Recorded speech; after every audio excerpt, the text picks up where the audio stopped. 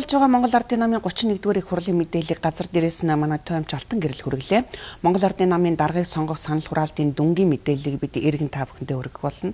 Харин одоо Монгол Ардын намын их хурлын үдээс өмнөх хуралдаанаас бэлтгэсэн мэдээллийг багцлан хүргэе. Тус нам энэ их хурлаараа намын шинжилэл цаашдын бодлого чиглэлийн асуудлуудыг хөндөн ярилцж байна.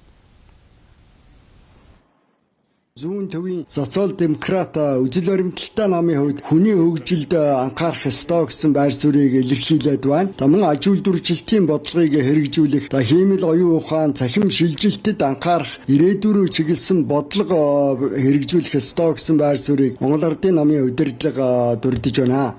Монгол Ардын нам түүний гишүүд бид засгийн эрх мэдлийг хэрэгжүүлж байгаа хариуцлагатай улсын хүчний хувьд нийгмийн бүхэл хүрээнд хууль дэвшсэн шудраг ёсыг тогтоох, иргэдийн төр итгэлийг сэргээр ард түмнийг төлөөлөх арсан цэцлийг зөвшөөрөх хууль хэрэг хамтдын хүчин чармайлтаа чиглүүлж төрийн чадамж нэр хүндийг тодруулж байгаа төрийн хүн туртал айлгал бэл хавуул хууль бус айлгал өөрчлөлт дэмжих хэрэгж тоглох гэдгээр шаардаж байна.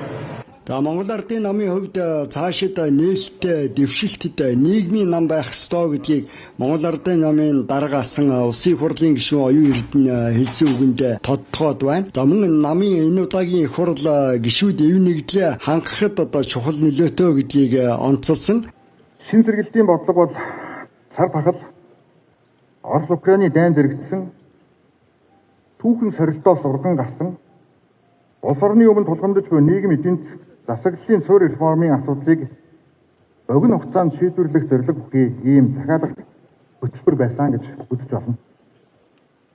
Одоо харин шинэ төслүүдийн зураг төсөвт их 4 жил илүүтэй төвлөрч хөрөнгө оруулалт бизнесийн орчинд илүү анхаарах шаардлагатай. Үр дүнд суурилсан шинэ цагийн нам байх шаардлагатай намын үзэл баримтал зохион байгуулалтаа цаг үед нийцүүлж шинжилж байх ёстой гэдгийг улсын хурлын гишүүн Амар Баясгалан хэлж байна. Монгол Ардын нам илүү бодтой үр дүнд суурилсан бодлогоор ажиллах ёстой.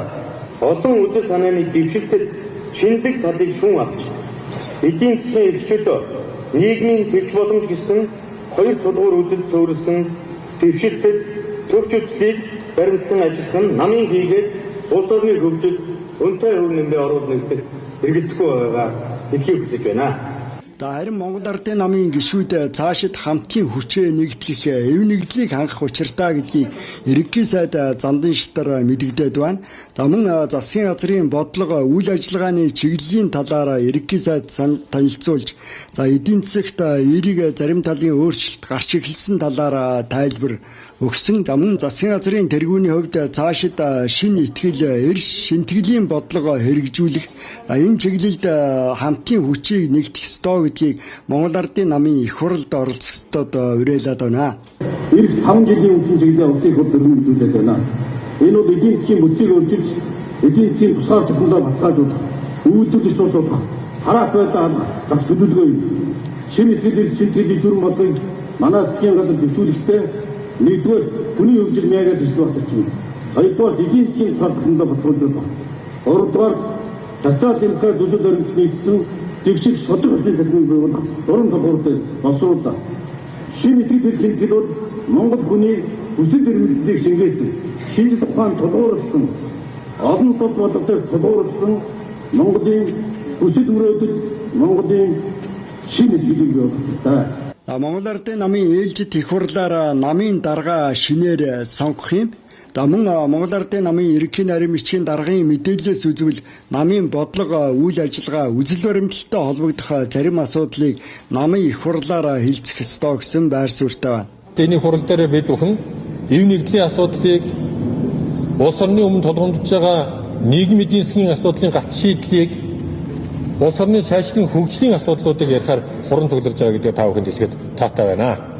Харин хэн нэгэн хувь хүнтэй холбогдох асуудлыг Монгол Ардын намын их хурлаар хэлцэхгүй гэсэн тайлбарыг намын ерөнхий нарийн бичгийн дарга өгөөд байна. Монгол Ардын намын их хурлын төлөөлөгчдийн хувьд намын мөрийн хөтөлбөр болон дүрмэд өөрчлөлт оруулна. Намын баг хурал болон хяналтын ерөнхий хорооны бүрэлдэхүүнд өөрчлөлт оруулах асуудал яригдана гэсэн чиглэлтэй байна.